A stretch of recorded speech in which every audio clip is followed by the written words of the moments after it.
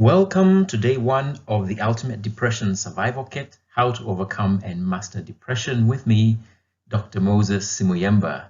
Today's topic is the key to overcoming and mastering depression for good.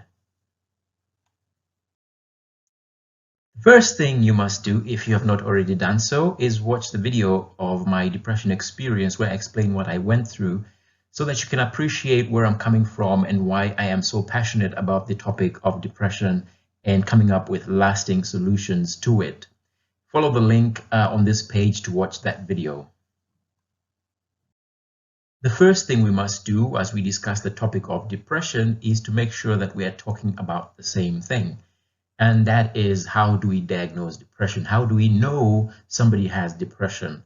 Well, I'm going to discuss two of the most common diagnostic criteria for depression, and that is the World Health Organization International Classification of Disease, 10th edition, ICD-10, diagnosis for depression, and the American Psychiatric Association Diagnostic and Statistical Manual of Mental Disorders, also called DSM-5, criteria for diagnosing depression. These are the most commonly used classifications around the world for diagnosing depression.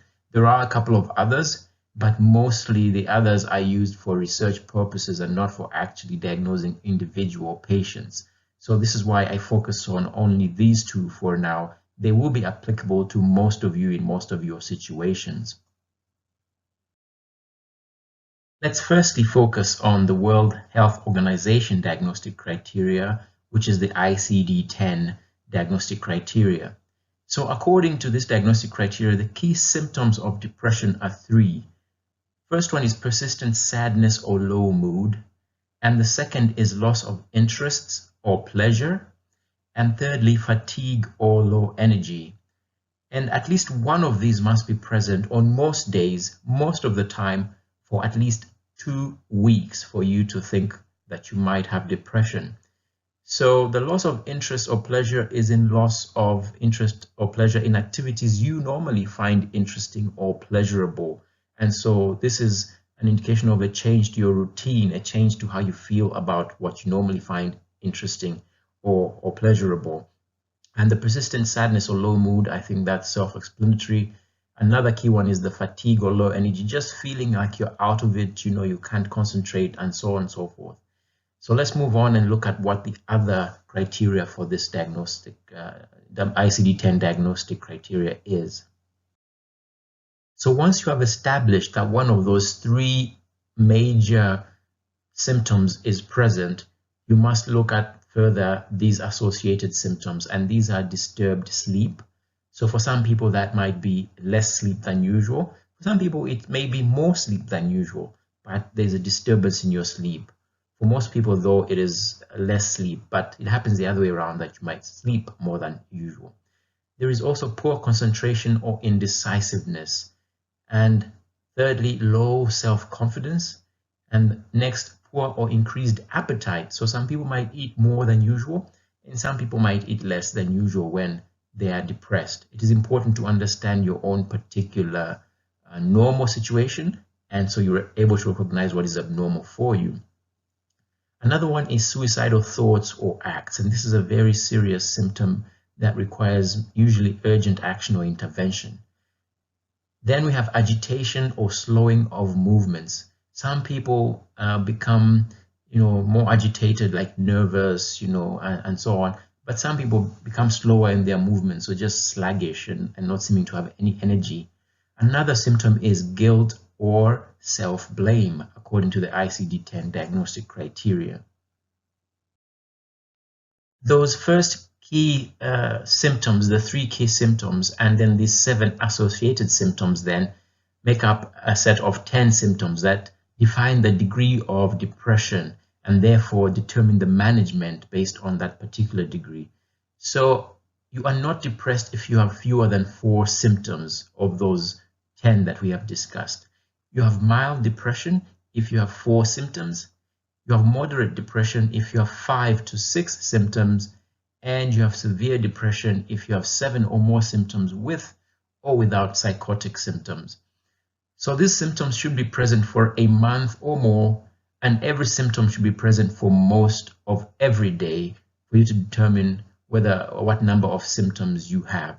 So this is how you determine the severity of your depression according to the ICD-10 diagnostic criteria. So the DSM-5 diagnostic criteria is very similar to ICD-10 in terms of what it looks at. The difference in a major way is how these symptoms are organized and evaluated in these two sets of diagnostic criteria. So according to DSM-5, in order for you to be diagnosed with depression, you must have had feelings of depression and/or decreased interest or pleasure in activities you've normally enjoyed, plus at least 4 of the following symptoms almost every day for the past 2 weeks or longer. And these are fatigue or loss of energy, feelings of worthlessness or guilt, weight or appetite changes, that is losing or gaining weight, having no appetite, or eating more than you normally do. There is also the inability to fall asleep or sleeping too much. And there are psychomotor agitation or retardation, the restlessness and slow movement that we talked about according to ICD-10. And this can be pacing or feeling restless, sluggish thoughts, or not feeling like moving. Further, you might have decreased ability to think or concentrate, and there is also recurrent thoughts of death or suicide.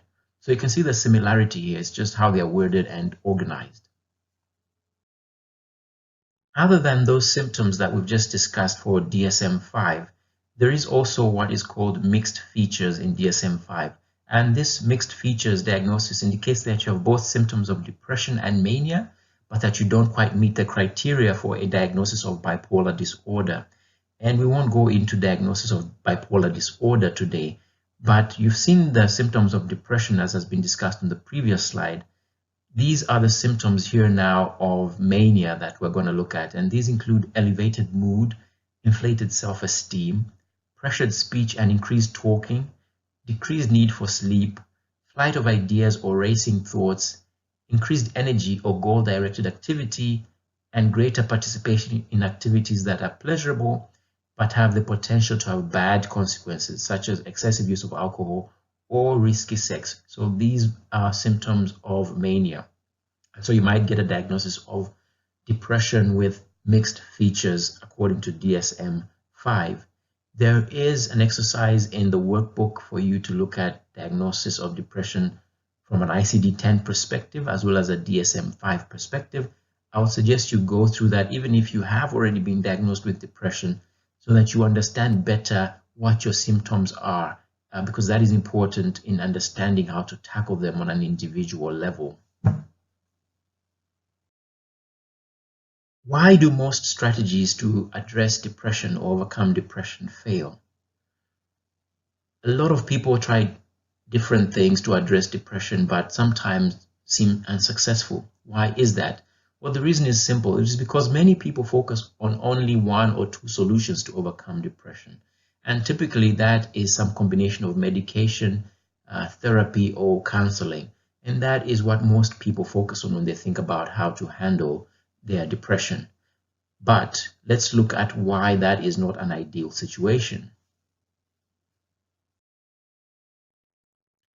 So you must appreciate that having only 1 or 2 strategies to address your depression is not as effective in the long term. And in order to understand that fully, let us look at some of the risk factors for depression. And that will help us understand why focusing only on 1 or 2 strategies is not so effective in the long term.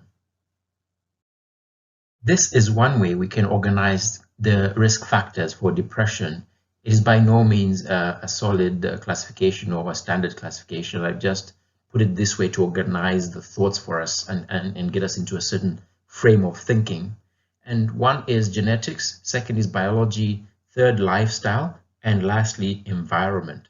So let's look in a little more detail at each one of these factors in the following slides. Let's consider firstly genetics. So research has shown that you have a higher risk of depression if a close family member has had it, and that is as much as 1.5 to 3 times higher risk of getting depression if a close family member has had depression. There is also factors to do with neurotransmitter imbalance, which may be genetic in terms of affecting production or utilization of neurotransmitters in the brain. Other factors include chronic neurological disease that have a genetic basis, such as Alzheimer's and Parkinson's, which are closely related or associated with depression. There might also be metabolic diseases, which have a genetic basis, such as Cushing's and Addison's syndromes, that can also predispose you to depression. There are other less well understood factors around why your risk of getting depression is higher if a family member has had depression, because a lot of times it is not possible to pinpoint the exact genes or the exact imbalance or the exact problem that they cause for one to get depression, because they may not manifest themselves as obviously as conditions like Alzheimer's or Parkinson's or Addison's and so on.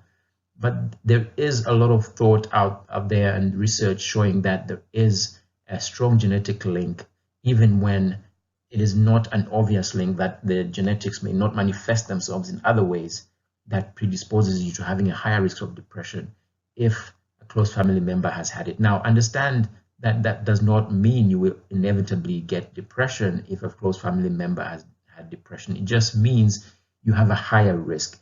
It is possible and is often the case that even if a close family member has had depression, you don't go through depression. So let's understand what that means. It doesn't mean you absolutely will go through depression. Biological factors can also play a role in depression. And here I've just given examples of a few. One of them is gender.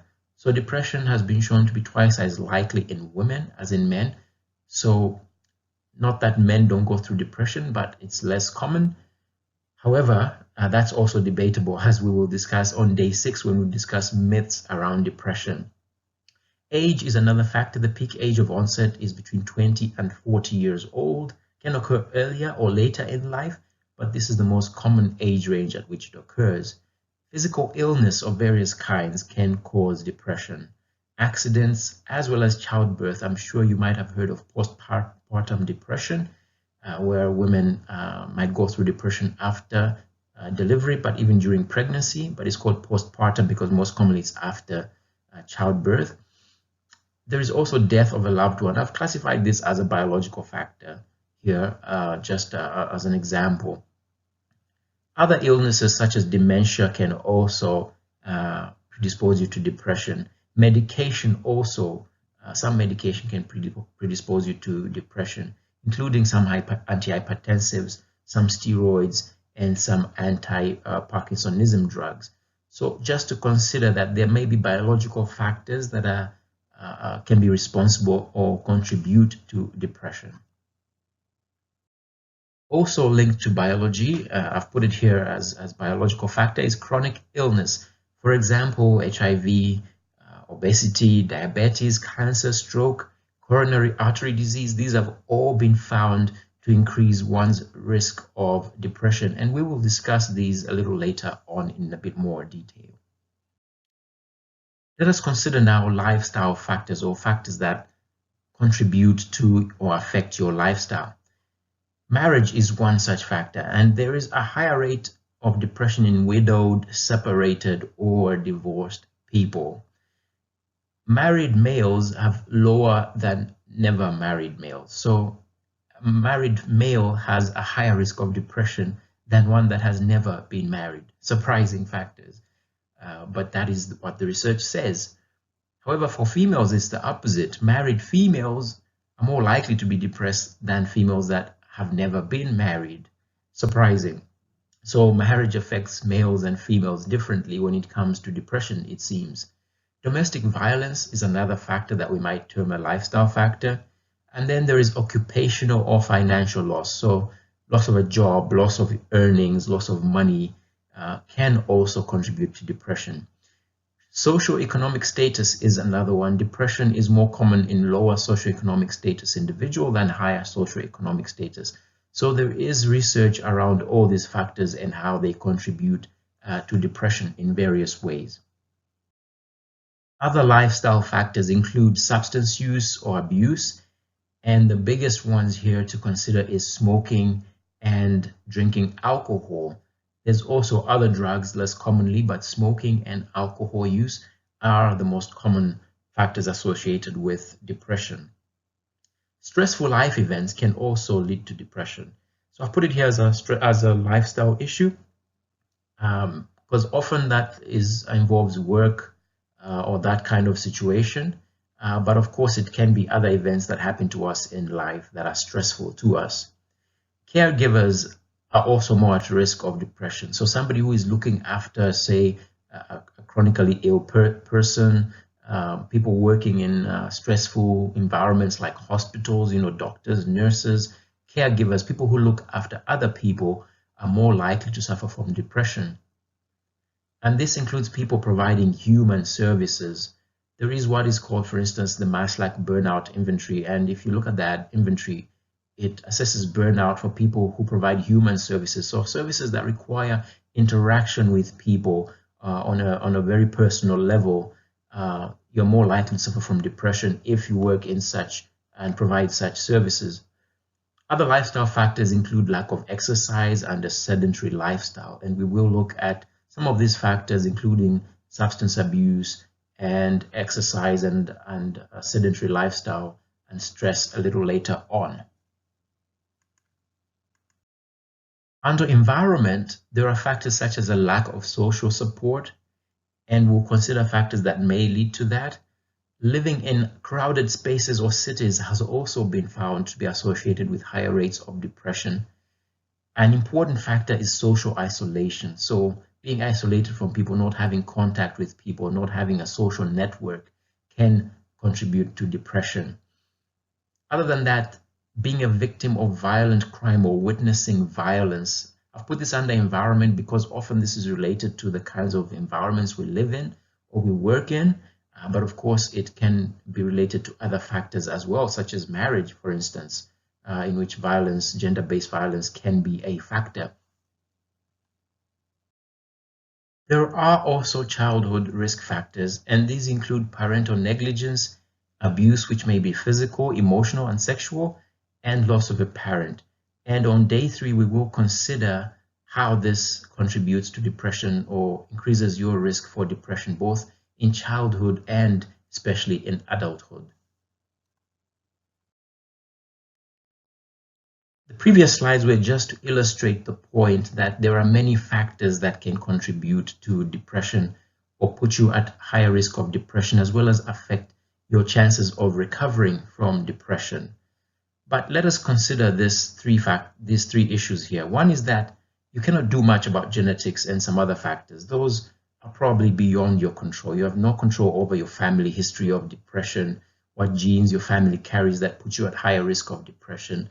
That is beyond your control. But we must also realize that you can do a lot about most of the other factors, such as the lifestyle factors, for instance, and even some of the biological factors. A lot of them are within our control. Things like alcohol intake, exercise, smoking, and so on and so forth are largely within our control.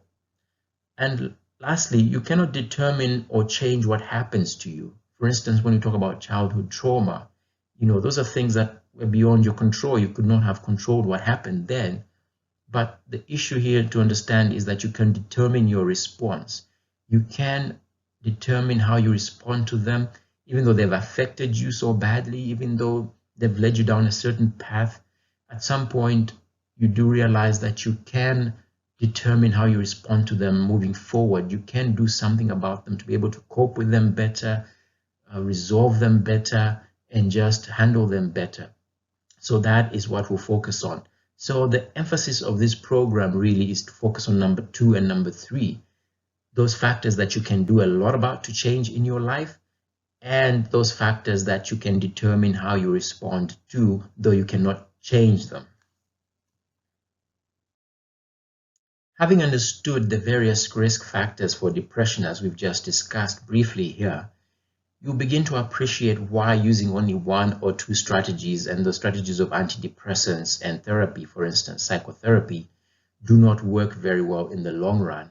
This is because the roots of depression are usually deep-seated and not easily dealt with using one approach, as we've seen. So multiple approaches are usually necessary in order for you to deal with depression properly and for long-term results. These approaches must combine both mental and physical dimensions, as we've seen that the risk factors are both mental and physical. And therefore, whatever approach one chooses, you must combine both the mental and physical dimensions. These approaches must also be tailored to individual needs. There is no one-size-fits-all solution here. As you've seen, one might have different factors. You might have a combination of lifestyle factors, genetic factors, and environmental factors that will be different from another individual going through depression. And therefore, you need to deal with your particular factors, your particular circumstances, the best way you can. Long-term and lasting results require change in habits, in routines, in relationships, in diet. And that is why in the previous slide we talked about changing the things you can change, but also changing how you react or how you view things you cannot change. And the approaches lastly must be flexible for you, for your changing needs over time. So what works today may not be what is appropriate 5 years from now or appropriate 10 years from now, as your circumstances change, as your lifestyle changes, as your environment changes. Therefore, you need to find ways to manage depression according to your needs at that particular time. Therefore, by dealing with the whole person and not just one aspect of yourself as a person, you get lasting results when handling depression. What may seem insurmountable becomes surmountable if dealt with from multiple angles, when you tackle it from different areas. And these approaches complement each other, and therefore you choose what works best for you as an individual at any particular time. And that is why the multi-pronged approach is the best approach for handling depression. And that is the key to handling depression effectively, is that you must use a multi-pronged approach. You must tackle it from various angles according to your particular risk factors that are contributing to your depression or that are contributing to your lack of recovery from depression. These then would be the key areas you would need to focus on: yourself and your lifestyle, your relationships, and your environment. And I'll talk a little bit more in detail about each one of these. So when it comes to yourself and your lifestyle, you must look at understanding yourself. That is self-knowledge. You must understand yourself, your character, your personality, because there are studies actually that show that certain personalities are more inclined to be depressed than others, and we'll look at those on other days. There is also the aspect of physical activity or exercise. Are you sedentary? Do you exercise? Do you take the stairs instead of the lift? Do you walk whenever you have a chance instead of driving everywhere? Those kinds of factors. There is also diet. This is a very important factor, and we'll look at diet and exercise in more detail on one of the other days as well. Chronic illness is another factor. You might have a chronic illness you're not aware about that could contribute to your depression, or you might already be aware that you have a chronic illness such as hypertension, diabetes, or HIV or something else, and how you manage that chronic illness, which depends to a large extent on your lifestyle, determines also your likelihood, your risk of having depression as a result of that chronic illness. And there are a lot of studies that show the link between chronic illness and depression, and we'll look at those as well on day 3. Your hobbies and interests are another factor that can either increase your risk of depression or help you to cope with depression. And therefore, it is important to focus on those as well. How much you rest, how much you sleep is another factor. So this is just an example of the kind of factors you would look at or focus on in terms of yourself and your lifestyle when it comes to depression. When we look at relationships, we consider things like nurturing healthy relationships. So nurturing relationships that can protect you or lessen your risk of depression, but also that can help you recover from depression. These are the kinds of relationships we want to nurture. But sometimes we need to let go of unhealthy relationships. So people that might have hurt us in the past, or people that hurt us currently, and therefore are not good to our ability to recover from depression. People that might have contributed to us being in a depressed state. For instance, when we talk about childhood trauma and parental neglect or parental abuse, Those are the kinds of relationships we must learn to let go of, or at the very least learn how to handle better. And then there's also the issue of finding new relationships. So sometimes it's not about looking at our current or past relationships. There might be other relationships out there that we need to forge that will be more beneficial to us and that will put us in a better position as far as recovering from depression goes. And when it comes to environment, the important things to consider is social support, living conditions, and avoiding isolation.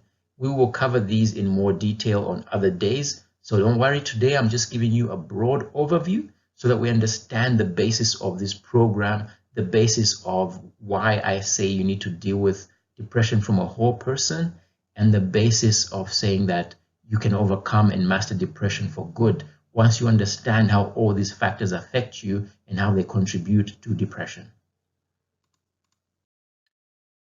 In considering the whole person approach, you must realize that when you use a whole person approach, so when you handle depression from the point of view of dealing with substance abuse, dealing with exercise, dealing with diet, dealing with marriage issues, dealing with your relationships, dealing with chronic illness, all those factors that may be contributing to your depression, you become less dependent on one single strategy. You realize that then antidepressants and psychotherapy become just one piece of that puzzle, that they just are other strategies you can use, important strategies nonetheless. I do not mean to demean the effectiveness or importance of antidepressants and psychotherapy.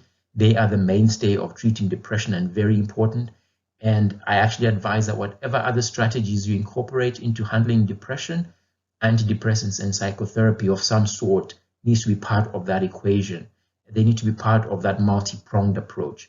But you realize that once you do that, you become less dependent on them. You become less dependent on any one single strategy. And a lot of research has shown actually that even these other strategies are just as effective sometimes as antidepressants and psychotherapy. And we'll cover those in more detail on other days and go into the actual research and what it says. These multiple strategies also means that you have multiple fail-safes. If one fails, you can lean on another strategy. And so you're never fully dependent on one strategy. This leads to a healthier and more fulfilling lifestyle overall, because you become a well-balanced person. You realize what affects you from a depression perspective in all these areas. And therefore, when you deal with all of them together, bring about positive change in all these areas, you become healthier and more fulfilled. Generally, your lifestyle improves. And actually, I say, we focus on this as strategies for depressed people, but these are strategies that everybody should use, whether you are depressed or not. We all go through challenges in life, and balance in life is very important. But when you tackle depression from this whole person perspective, then it is easier to reach that balance. And you start getting a deeper understanding of yourself, and you will inevitably show your self-confidence will grow, and your ability to be confident about your ability to overcome depression will grow. You get a better sense of yourself and be more energetic because you know how to handle depression from various angles. As we come to a close of day one, I'd like to just offer a few tips on how to get the most out of this program. The first is that you must go through everything at least once, even if you initially feel it may not be relevant to you. The thing here is that you may think it's not relevant to you, but as I talk you through it, you might realize that, hey, actually this applies to me. And therefore, I advise that you go through everything at least once. Even the workbook questions, go through them at least once before you focus on what you feel is most relevant to you. Now, take your time also. This is a 30-day program. Do not rush it. Do not feel like you have to go through everything in a day, 2 days, or a week. You'll get the most value out of this if you go through each video presented for each day and go through the workbook presented for that day, answer the questions, do the exercises, and also if you watch the expert insights videos that accompany each day. That way you get the most out of understanding the issues discussed in each of the mastery videos. Take your time to reflect and ask yourself questions about what is happening and what is discussed in these videos. And then finally, go back over material you feel is especially relevant to you. Take your time on that. If you feel something is especially important to you once you've gone through everything once, then you can focus on the things that you feel are especially important to you.